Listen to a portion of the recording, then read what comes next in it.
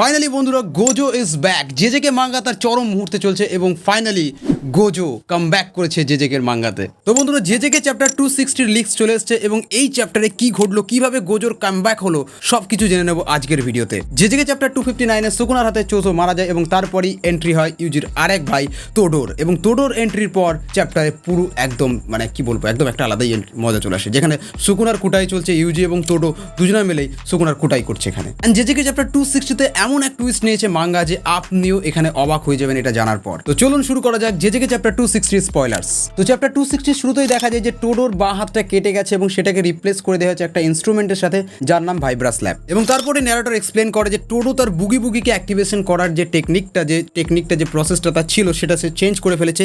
এবং আগে সে ক্ল্যাপিং এর মাধ্যমে বুগি বুগিকে অ্যাক্টিভ করতো, কিন্তু এখন সে যে কোনো ইনস্ট্রুমেন্ট মানে কাঠ এবং মেটাল এই ধরনের ইনস্ট্রুমেন্টেশন ক্ল্যাপিং করেও সে কিন্তু বুগি বুগিকে অ্যাক্টিভ করতে পারবে। এবং এই জন্য টোডোর হাতে ওই ইনস্ট্রুমেন্টটা লাগানো হয়েছে। এবং তারপর ন্যারেটর এটাও রিভিল করে যে টোডো 1 সেকেন্ডের মধ্যে প্রায় 50 বার সোয়াপ করতে পারবে। মানে বুঝতে পারছো টোডোর এনার্জি লেভেলটা কোন জায়গায়। অ্যান্ড টোডোর পাওয়ার বেড়ে যায় মানে সুকুনার কোটায়, আর এখানে ইউজি আর টোডো দুজনা মিলেই সুকুনাকে পেলছে। এবং এটাই হয় টোডো তার কার্স টেকনিককে আরো স্ট্রং করে নেয় এখানে, এবং তার কার্স টেকনিককে এক্সপ্যান্ড করার জন্য মাল্টিপল টার্গেটসকে সে টার্গেট করার জন্য বাইন্ডিং বোর্ড ইউজ করতে লাগে এখানে। মানে ভাবতে পারছো টোডো কোন লেভেলে পৌঁছে গেছে এখানে। এবং পাশাপাশি ন্যারেটর এটাও রিভিল করে যে টোডো সাকসেসফুলি সুকুনার ডোমেন থেকে সব সরসারাস গুলিকে বের করে নিয়ে গেছে। মানে মাকি, ইনো, কোসাকাবে সবাই এখন সুকুনার ডোমেনের বাইরে রয়েছে। এন্ড তখনই সুকুনা ভয় পেয়ে বলে যে সত্যি সব সরসারাস একদিকে আর টোডো একদিকে, কারণ he is the most self centred. And Sukuna এটাও বলে যে টোডোকে এখান থেকে সরানো এখন খুব ডিফিকাল্ট। এন্ড সুকুনা এও বলে যে সে চাইছিল না যে টোডোর এই সময় এন্ট্রি হোক। মানে বুঝতে পারছো টোডোকে নিয়ে কতটা ভয় আছে সুকুনা এখানে। এন্ড অলরেডি ইউজি এন্ড টোডো মিলে সুকুনার অবস্থা অনেকটাই খারাপ করে দিয়েছে।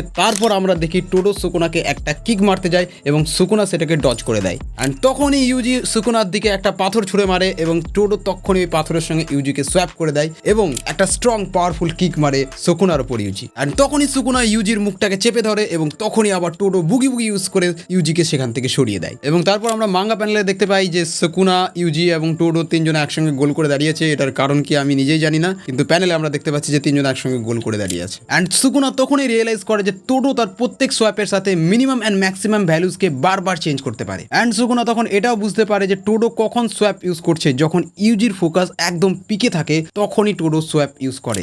আর তখনই ইউজির দিকে সুকুনা একটা হার্ড পাঞ্চ মারে, কিন্তু ওইখানে মেমের ক্রো চলে আসে। এন্ড সুকুনা বুঝতে পারে যে সে টোডোর মুভসকে মিসরিড করছে। আর সুকুনা ভাবে মেমের ক্রোর সাথে টোডো সোয়াপ করে রেখেছে, তাই সুকুনা তার বডির ব্লাইন্ড স্পটের দিকে তাড়াতাড়ি মুভ করে একটা কিক মারে এবং সে দেখে সে আবার ভুল করেছে, কারণ এইবার টোডো মেমের ক্রোর সাথে সোয়াপ করেইনি। আসলে ব্যাপারটা কি হচ্ছে যে টোডোর যে বুগি বুগি সেটা সুকুনা এখানে বুঝতে পারছে না যে কিভাবে সে বুগি বুগিকে ইউজ করছে, কখন কাকে কোথায় সোয়াপ করছে।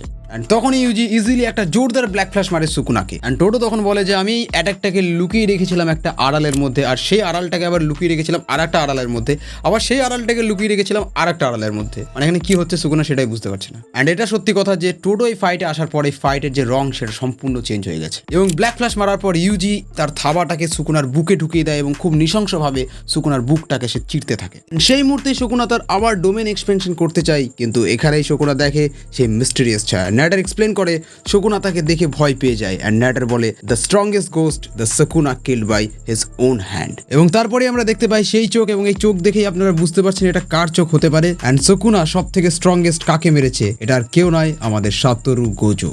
অবশেষে গোজো কামব্যাক করেছে আবার পুনরায় মাঙ্গাতে। এবার এটা একটা প্রশ্ন থেকে যাচ্ছে যে গোজো কি করে কামব্যাক করলো এখানে, এবং এটা জানার জন্য আমি খুবই এক্সাইটেড। আর নেক্সট উইক মাঙ্গাতে কোনো ব্রেক নেই, নেক্সট উইক মাঙ্গা আবার পাবলিশ হবে। আর দেখা হচ্ছে নেক্সট উইকে নতুন ভিডিওর সাথে, যেখানে আমরা এক্সপ্লেন করবো জেজেকে চ্যাপ্টার 261।